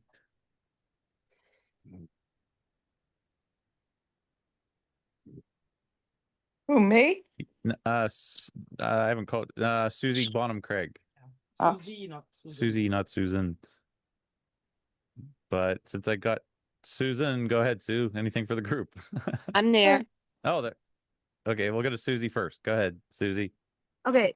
Jean, Sandra, thank you. I really wanna, I'm grateful that you took the time to showcase my dad, and his feelings and observations on what happened. The one thing that stands out for me in his interview actually was, again, the descending of the antenna, and just knowing those core columns like the back of his hand, that they had to have been compromised. Yep. I will put this again. We do the show notes. If you follow us, if you go to 911warroom.com, it'll link to YouTube and Rumble. And I put all of the news stories we covered in the description. You can click on any of the things we covered today. So I'll try to get that up tonight, but we'll see how that goes. It's usually tomorrow. But thank you, Susie. And again, sorry for the loss of your father. He's a great guy. Thank you. Back to Susan. Yeah, I got nothing more except hope to see you all February 5th when Sybil Edmonds joins us. And I'm freezing my ass off here in Worcester, Massachusetts. It's wind chill of -7, and we're expecting 20 inches of snow. And I'm very upset with myself for not putting up thermal curtains, because all my windows are just wind chill. It's called Kentucky bourbon. Yep. Break out the bourbon. Let's stay in Boston. Let's go to Al. Anything for the group, Al? Yeah, same as Susan. It's freezing to death out here, and snow's coming down, and I don't want to go out and shovel. That's all I got. Wait until it melts. Yeah. That'll be a week from now. So that's okay. Good show. Thank you for everybody. Thank you, Al. One more in see you next week. Aye. One more in Boston. Let's go to Sweet Jane. Okay, this is in the realm of the tone in which people communicate what they think is true or not. And this is just a personal kind of let's say checking on my own reactivity, which is that there are some people who communicate with great passion and or arrogance. That's a fine line sometimes, but I've come to sort of see myself reacting to people who are arrogant in what they're communicating, but realizing that just because they're arrogant doesn't mean that what they are trying to communicate is not true. It's just it's difficult. I mean, because name calling, of course, if that's all it is ignoring the evidence. but there are people who are familiar with the evidence who nevertheless are very, if you want to call it just, well, I won't say just passionate, but they're passionate about it. But it can come across as being arrogant. Anyway, it's just it's a whole question about all the, some more prominent perhaps also in the COVID era and all of the that surrounds that. Anyway, just wanted to voice that thought that or reaction that came to me on the how we communicate what we. Thank you for that, because we all need to show each other grace. I fail at that, and I work on it daily. I love St. Augustine's quote that you guys probably have heard me say a million times: in the essentials, unity; in the non-essentials, liberty; and in everything, kindness. And it's something we all have to work on every day. But I do want to really underline what Jane's just saying, because you cannot understate the power of the emotion that doesn't properly get disconnected from the actual content. Right. And it goes both ways, you know, just like you should not consider the evidence just because someone's arrogant. Right. You should also not just support someone just because you happen to like them. Yeah. You know, it goes both ways. And to take what it is, and this, you know, with the political context that we're in right now, I think it's especially critical where people are taking sides just based purely on emotion, and they'll tell you that they objectively see something where, you know, if the shoe was on the other foot, they would see it completely differently. There's no question about it. So it affects everything, and extremely few people are capable of separating those two. And if you can't separate it, at least be aware of it. You know, we're all human. We're all frail and fallible. So just check yourself and be honest with yourself. That's all. Thank you, Sandra. Thank you, Jane. Sue, you got your hand back up? Yes, I do. Just wanted to follow up on Jane's comment on a rather humorous level. For those who remember the TV show Columbo, I think Peter Falk's character, Columbo, is a pretty good way of approaching the people that you think that are hiding something from you, you know, with this humbleness and rumpled raincoat and thank you, sir, but I just have a few questions. You know, I think it's a pretty good study in how to approach people that might be your opposition. Thank you. Let's head over to California. Carol, anything for the group wrapping up? I have to brag, it was 73 degrees and sunny and gorgeous yesterday. So if you guys are really freezing to death, come out and visit. We got spare rooms. Raul can tell you that I'm a good hostess. And I appreciate Sandra and Jean's effort to pull this together. I'm sorry if I was out of line, but I must admit, you know, the Pentagon issue has been such a divisive one for such a long time. I've gone so deeply into it. And I must say, quite frankly, that I am compelled by David's presentation and evidence. And so I think the other's a waste of time. Yeah. I hear you. I had a long conversation with Ken Jenkins. I heard a lot of history there that I didn't know before. So yeah, thank you though for being here as well. Appreciate you. Also in California, Raul, anything for the group wrapping up if you're not totally taken over by the football game? I know I'm going to be taking over right now. Yeah, I just want to make one last quick comment about the PSI committee. So if you just look at my article, the article that I just wrote, about 2,500 words, I sent it to 4 different people. I thought I was done last week.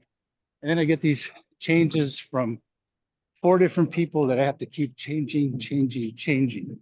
And I still haven't submitted it. So that's only 2,500 words. If you look at the PSI stop asking document, people to look at it. No, it's important. It's important that they look at it. I'm just saying that 4 is enough. And so if you look at the PSI document, you know, we're really under a timeline. And if we had input from all these various people that want to be involved in it, you can't get the work done. And so it's hard enough just in writing an article and making changes. This is a much larger project. And that's just part of the reason for keeping the group small, is that you have to get the work done. So it's not an exclusionary tactic. It's just really out of efficiency. And it's just how things work. So I hope, people don't get upset by that. Yep. But it's just, it's the way writing is. We'll be looking forward to Raoul's article on cognitive dissonance coming out here soon enough. Yes, it would not be as good as if Sandra didn't proofread it and do all the things she did. Thank you, Sandra. You're welcome. Okay, bye. Thank you. Richard, anything for the group? Yes. Wanted to make a comment on Craig's comment about the PSI group. Craig, you mentioned that we're claiming or representing the 9/11 truth movement, and I made it real clear, very clear on a war room call, which you were on, that we are not representing the 9/11 truth movement. And because of that, you had suggested that we make that clear in the document, and I agreed with you that that's a very important clarification. So I'm just surprised to hear you today making the statement that we claim or that we are representing the 9/11 truth movement. We are not. We are a small group of like-minded organizations that are representing ourselves. And just wanted to give you the opportunity to respond to that if you wanted to. But that's all I have. Thanks, Gene and Sandra, for facilitating. Well, Really we're not. appreciate it. We can't let you go that quick. Crime Scene Courtroom. You're still working. You're working on the next episode, we believe. Yes, it'll be a Whoop, broke up there a little bit. Oh, we lost him. Oh, well. Raoul's mic was on. Yeah. Oh, there. And we lost Richard. So, Craig, we'll go to you if you wanted to respond. Wait to see if Richard comes. Well, I'm on mute. no, you're on mute. Maybe just wait to give Richard a chance to come back Okay. in so I can. Yeah. So you could hear if your thing. So let's go back north. Professor Zarembka, anything for the group wrapping up? Yeah. First of all, I enjoyed everything that happened today, but the one addition I'd make is to recommend that anybody who hasn't studied the MLK trial that William Pepper was a lawyer for, it's really important for the 9/11 discussion, because he even found infiltration in his own team at the very high level toward the end. And he was really surprised. Thank you so much for being here, sir. Magnus, anything for the group wrapping up from Norway? Sorry, I ran out of time about the videos. Thank you, Gene. Saving the videos for next time, maybe, if we can do that. Yep. And great work. And sad we lost Richard, because I wanted to say we had a little delay because of the car, so he is getting more support tomorrow and next month, actually. Hang on a second, he's just rejoining, so go ahead and say that again, Magnus. The car actually got problems, so we had a delay with the support, but we are getting it tomorrow, Richard. Getting what tomorrow? Getting some support. Some money for supporting your work. Oh, well, thank you for that, Magnus. You're so sweet. Thank you. See you. Saving the videos to next time. And now we'll go back to Craig, so now Richard could hear a reply if so. Sorry, Craig. Yeah. No, I appreciate, Richard, your point about the fact that you were prepared to make that clear, and I think that's great, and I support that. I wasn't saying you were claiming to represent the truth movement. I think I was saying that it was probably kind of understood from Johnson that when he reached out and asked the movement to collect its evidence, and I think he even said doing like a 9/11 commission type of thing. But I understand we're not doing that. But so my concern was that it might appear that you were representing the movement, and maybe you weren't entirely. Now, if you're going to make that clear to him, then I support that. It's not that I don't like what you're going to present. I'm probably going to like all of it. I imagine I'll probably agree with everything in whatever you put together. I do think there are other things that could go in there, or at least get mentioned so that it's known that there's an issue. But in any case, that was the point that I wanted to make clear. It was just that I didn't want him to think this was the Truth Movement's response, and that the Truth Movement as a whole, didn't think the Pentagon was important enough to mention. Yeah, good point. I did talk with him for, 15 minutes a week ago or so.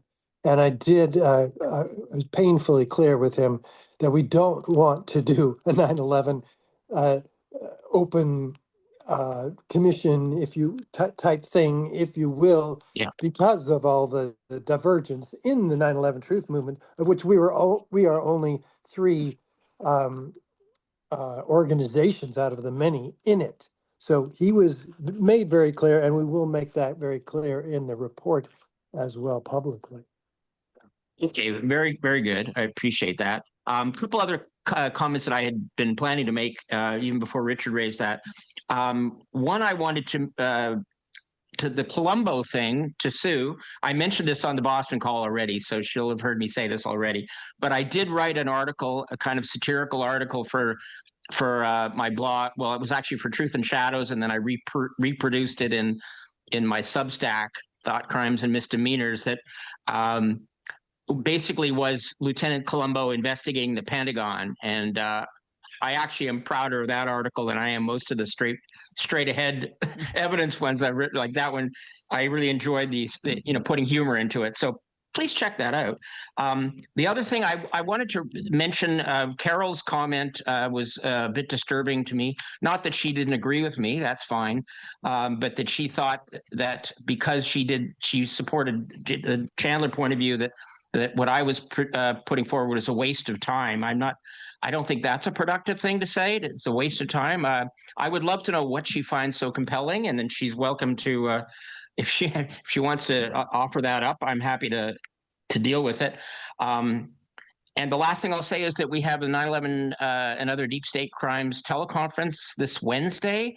Now, some people may not be too excited to find out that we're going to be using that to introduce this new group again. So you might say, okay, been there, done that. That's fine. But I'm sure the discussion will probably go in different directions maybe than this one did. Who knows? But anyway, that's what we're going to do. And I just want to finally thank you guys, Gene and Sandra, for giving me this opportunity. And I thank everybody on the call for their constructive and respectful feedback, comments, questions. It was very, very positive, and I appreciate it. Thank you, Craig. Thank you. Go back to Cheryl. I'm trying to get through around the room. Oh, you're muted again, Cheryl. You're muted again. Sorry about that. There's a group of 4 of us who sent a letter to AE saying that if we could help them in any way, to let us know that we were concerned about, losing AE as a one of our sort of institutions. Yeah. And that we'd be willing to meet with them online and discuss anything. And we tried to be very neutral, that we weren't taking sides. We just didn't want to lose AE in the movement. And this was about 3 weeks ago now, and we haven't heard back. So, and then the 4 of us were Mike on here. Mike Zarzano was one of the people, Nita Renfrew and Sonny Menard and myself. We were the 4 people who did that. And so I wanted the group to know that we tried to do that, and they haven't responded. So, which is unfortunate. Thank you for that report, because AE hasn't produced anything in over a month and a half now on their website. It's kind of concerning. Yeah, I know of a couple of people who've reached out to and have not heard back. So yeah, who knows? We can only speculate. Let's keep rolling. Mike Zarzano, anything for the group wrapping up? He's trying to find me. There I am. Sorry about that. All good. Just a TAP announcement this coming Tuesday. Every Tuesday we meet. We're going to be having one of the Jersey girls, Patricia Casaza, and that should be very interesting. She's been recently making some very good comments publicly, and this will be make for a really good TAP meeting. And then, of course, afterwards we have the open forum town hall type meeting, and starts at 8 o'clock. You register on our website, truthactionproject.org, on the events page. And then the week after that, we're going to be having, relevant to the Pentagon, we're going to be having Adam Eisenberg. A lot of people might not know him, but he actually, along with several other Rangers, spent many hours in several days, hours after the impact at the Pentagon. So if you want to hear firsthand testimony about what was seen inside and at the Pentagon concerning debris, join us. Be looking for the memo in about 2 weeks on TAP. We're going to have Adam in it, that too. And he has some major announcements to introduce to the movement, which are going to be very exciting. So this is groundbreaking material that he's going to be producing. All right. Yield. Thank you. Thank you, Mike. So Patty Kazaza, everybody knows the Jersey Girls. In this picture, you can see Lori Van Auken in the front, Kristen Breitweiser in the back. There's Patty Kazaza. This is Monica Gabrielle. And then there's Mindy Kleinberg not in the picture. This was, I don't know what the year this was, 10 years ago, way longer than that. The Jersey Girls courageously endorsed AE 9/11 Truth, wrote a letter, and now Patty Kazaza is going to be on tap. So great job for landing that one. Be looking for that. That'll be Tuesday, 8 p.m. Everybody should catch that. That'll be pretty good. Thanks, Mike. Let's go to JB. Anything for the group, JB? In your ice-laden Georgia world? Oh, you there, JB? Yeah. Oh, yeah. I'm sorry. Yes, I'm good. Thank you. Thank you. Mike Cook. Hey. Hey. It's really good to see y'all. I'm sorry I forgot it was freaking Sunday and I got on late. If you're looking for anybody really arrogant and ignorant, I'm your guy. Okay. No good. No bueno. Thank you, though, Mike. Stay warm. Benjamin. Yeah. Hey, what's up, everybody? Hey, Ben. It was interesting listening to the whole call. So it's interesting. I'm actually kind of glad that Craig is starting his own group, because one benefit of starting his organization is he can group all the people that are better aligned to his priorities and to his vision. And, because obviously, I may have mentioned before, I'm a little more on Carol's side, but I'm not as informed. I didn't do all the investigation. It's really, my primary interest was the towers, which I just recently came to terms with just in the last few months. But one benefit of this is sort of like, even like, let's say Craig thinks we should talk more about things and expose more to, to knock over all the dominoes of the false narrative. And, my intuition would be to, especially on the introductions, and maybe he agrees with this, but to start with less, like even less and less, like, because it lowers the cost of newcomers to come in. But the fact that he's starting a new organization and we have all these other existing organizations that have different strategies, we can actually see who actually plays out better. And we don't have to argue about which one's better or not, because now everyone's doing what they want to do, and we can see who's more successful. And I think that's a great thing. So also, Carol, you are not far from me, and we have a similar perspective. We should catch up sometime, or maybe friend me on Facebook or something. Go ahead. You're not muted, Carol, if you wanted to reply. Oh, Ben, if you want to give me your email, I'll send you mine or something like that. Sweet. Right on. Brian, you got your hand up? No. Okay, that was an accident. Where am I at? David Campbell, anything for the group, sir? Just ditto what Carol said about Bay Area weather this weekend. Other than that, nothing. And thanks for hosting, Gene and Sandra. Thank you, David. Thank you. Jetty in Scotland. Yeah, just an observation on the Pentagon thing, kind of along with what Benjamin's saying. If we can create this much discord and this much disagreement amongst ourselves with people who are on our own side, imagine the hay that those who oppose us can make of that issue. And that's without taking any sides. But Good luck with your organisation, Craig, and you're well done on your presentation. Thank you for hosting, Jean and Sandra. Thank you, Jerry. Just out of curiosity, what's your temperature like up there? Really cold or? Going to be in Celsius. About freezing here. Okay. Yeah. Hang in there. Thank you. Jane Clark, if you got a mic or anything for the group, Jane. Whoop, where'd she go? She dropped off. Josh, anything for the group? Good evening. I put in the group chat. I wrote a blog post for Lou Rockwell yesterday about Abu Zubaydah. The British government offered him a substantial financial compensation for the torture that he endured at Guantanamo Bay and other CIA black sites. So if you have a chance to read the blog post and have any feedback, please let me know. Nice. Thank you. Yeah, again, for those that don't know, Josh is our resident political person for 9/11, and yeah, he carries good insight on it. So I'll check that out. Thank you, sir. Thank you. Where am I at? Ross, anything for the group?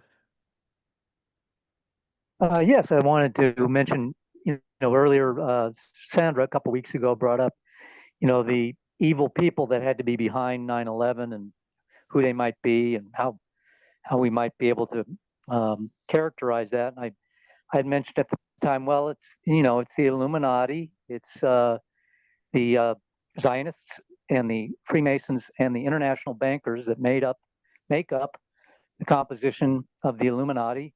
But that's kind of old history, and bringing it forward, next week I'll bring it forward to the present time, or to 9/11, I should say. When the seeds of 9/11 got planted were really in around World War II, just after World War II, I believe. And that has to do with the Illuminati based on the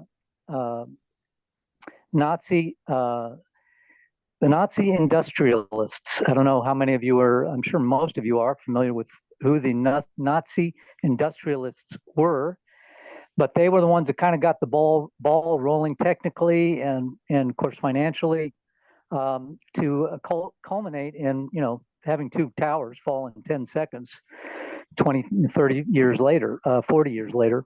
So I'll mention some names next week in that time frame of the people who are behind this. Okay.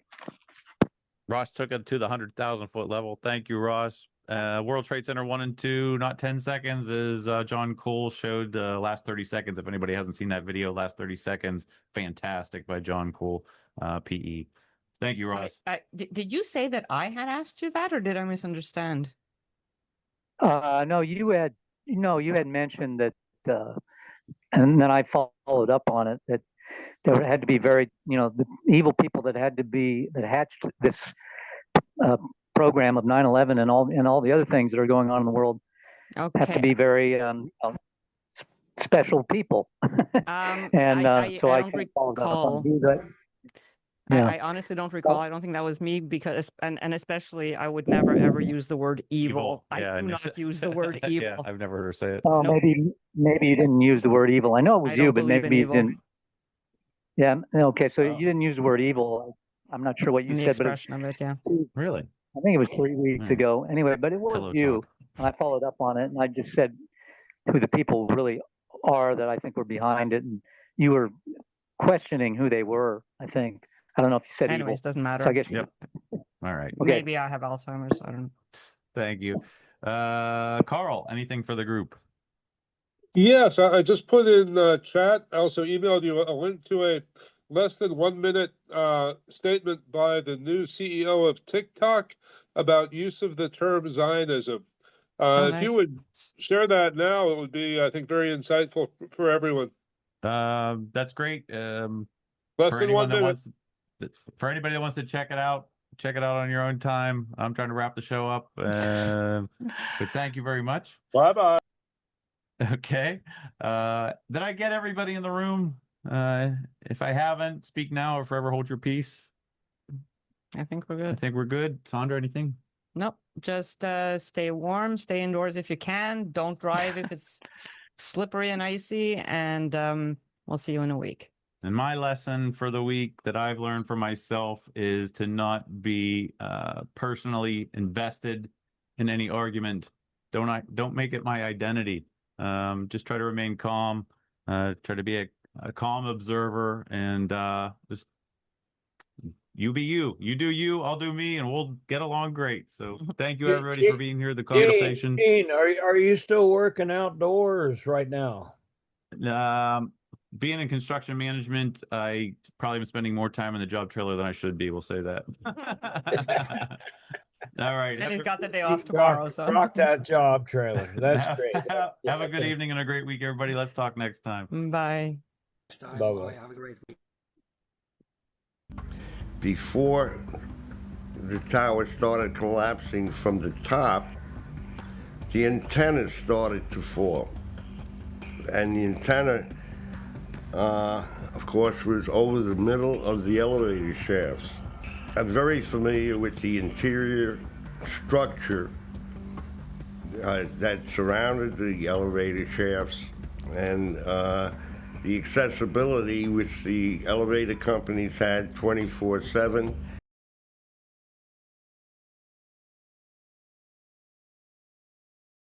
Gentlemen, you can't fight in here. This is the war room.